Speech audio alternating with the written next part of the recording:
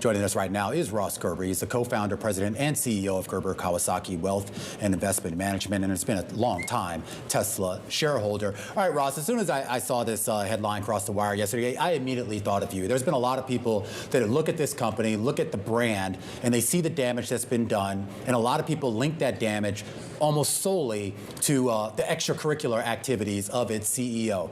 I know the board is denying this, but there is additional reporting, including from Bloomberg, Reuters, and other sources, that there was indeed some degree of search, maybe not an official search, but certainly there were folks on that board that were seriously considering a replacement for Elon Musk. Yeah, and I think that this is true, but I think within the context that the idea that the board is doing this without Elon's knowledge, I think is probably incorrect. In fact, I would argue that most likely Elon is behind this search because his real focus and passion is with XAI, and he really doesn't.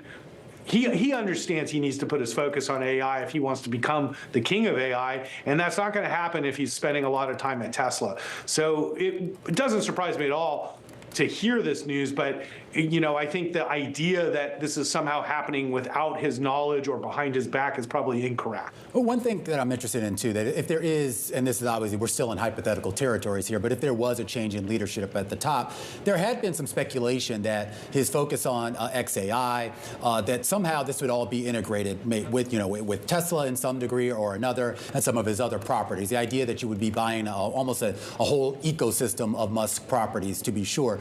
Does it matter that maybe potentially Tesla might not be part of that?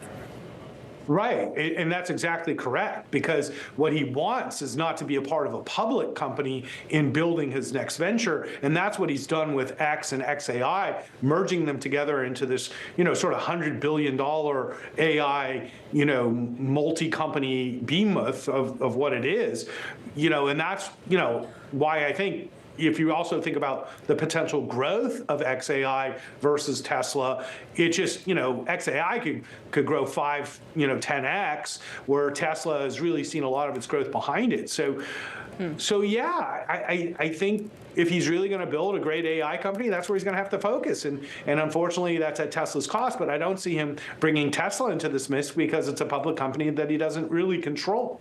So, Ross, based on that, who would you want then to lead Tesla?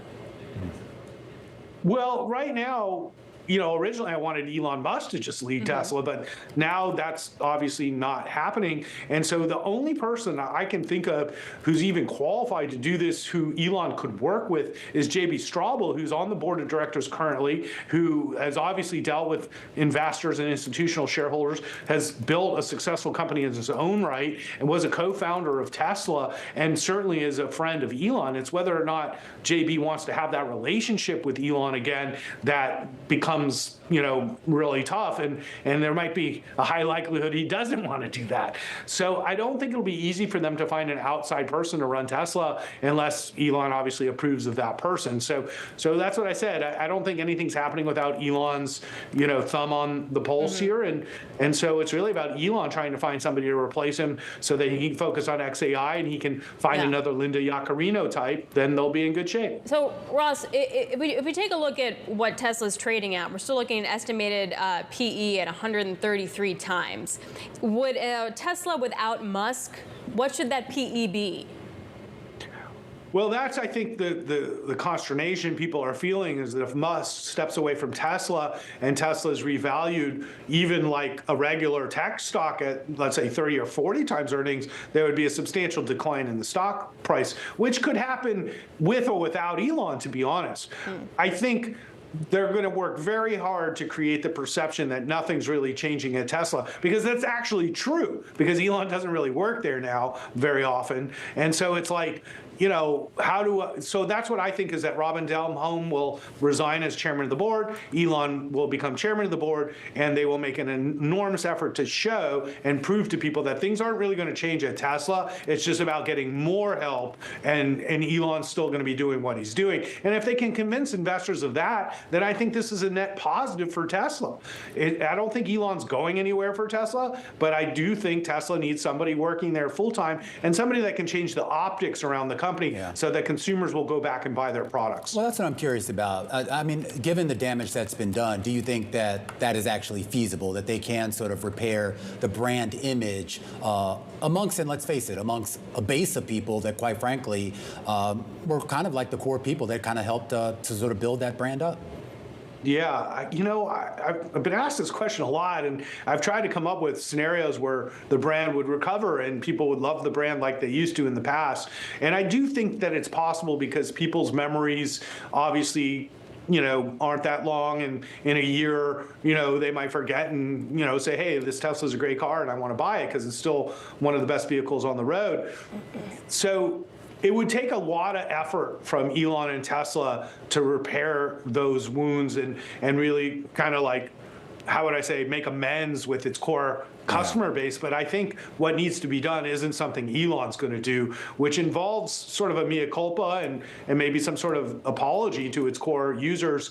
But I just don't see that happening, or him changing his behavior or his opinions or tweeting less. So I think it's going to be really hard for Tesla to repair the brand. Hey, Ross, we have like 40 seconds left. Should Tesla still be considered in the Mag 7 or should it be the Mag 6 now?